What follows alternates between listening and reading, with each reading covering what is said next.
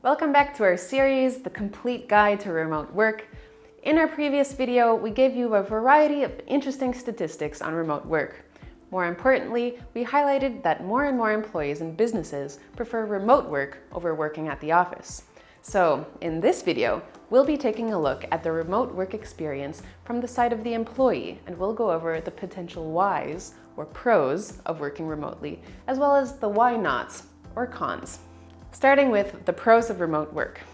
Some of the pros are compelling enough that employees find themselves wanting it, but there is one group that prefers to work in the office, and that's senior management. A whole 85% of them would rather work in the office. This means that clearly not everyone finds remote work desirable. But what is desirable? Let's start with the obvious. Remote work can eliminate commuting.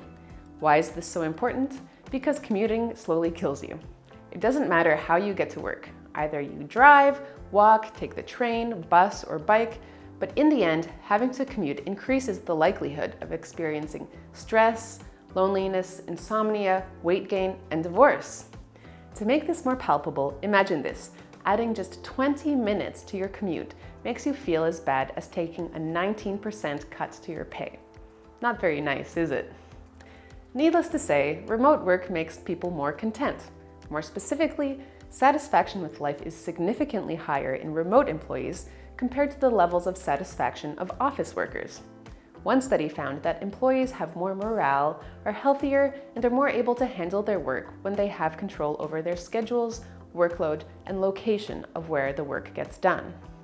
Another major reason that remote workers prefer remote work is for the flexibility of hours. Currently, many workers lie out of the fear that their request to get time off for personal or family matters is unlikely to get approved. With more companies taking into consideration the amount of work done over the hours of work, having flexibility means that employees will no longer need to feel that lying is the only way to get time. All of that equates to less stress because no one wants stressed out employees, right? There's something more to be said about having control over one's work besides increased life satisfaction. Fewer distractions. You may not realize it, but offices can be quite noisy. Additionally, there are meetings and interruptions from colleagues that make it hard to concentrate. In most cases, all of this can be eliminated in a remote environment. That is one of the factors why remote workers are more productive than office employees. It all goes back to having control over one's environment. This means that with higher levels of productivity, remote employees are less likely to get fired and more likely to get promoted. Our last pro of working remotely is that a remote employee saves money as a result of needing fewer resources. Although companies generally save more per employee than the employee does, the amount is still significant, up to $7,000 per year when factoring in all the costs like clothing, food, and travel. And this is especially true for car owners. Still with me so far? Okay, now that we've gone over the pros, let's go to the next part, the cons of remote work. Some say that there's no such thing as too much of a good thing. However, when it comes to working remotely, that might just be untrue. Recall that previously we mentioned that a great majority of senior management prefers to work in the office. They're not wrong to think so. Depending on your role in the team, working remotely may not be the ideal situation. Let's look at some reasons why. First and foremost, it's not untrue that remote workers are generally less stressed. Still, having said that, the job itself can be stressful, and simply moving the work out of the company's office won't remedy this. Surprising? It shouldn't be. Deadlines and the need to perform have always been mentally demanding. We know this because in one study, 60% of remote workers reported experiencing medium to high stress. Of course, this is likely not as high as what an office worker experiences, but it's still good to keep in mind. Another mental effect of working remotely is not being able to stop. This con is in direct opposition to work-life balance. You see, when you work at home, lines can blur if you're not careful. How does this happen? Well, research shows that when you work out of your bedroom, to give an example, your brain starts to associate that environment with what you do. In this case, work.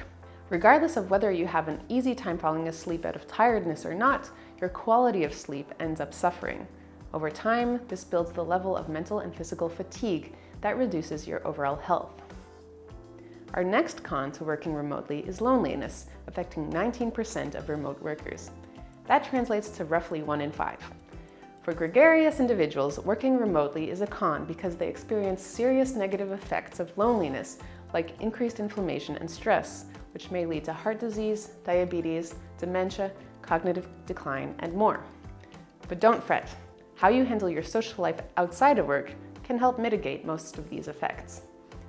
Until holograms and robot surrogates are invented, one of the biggest cons to not working in an office with others is that collaboration and communication suffer.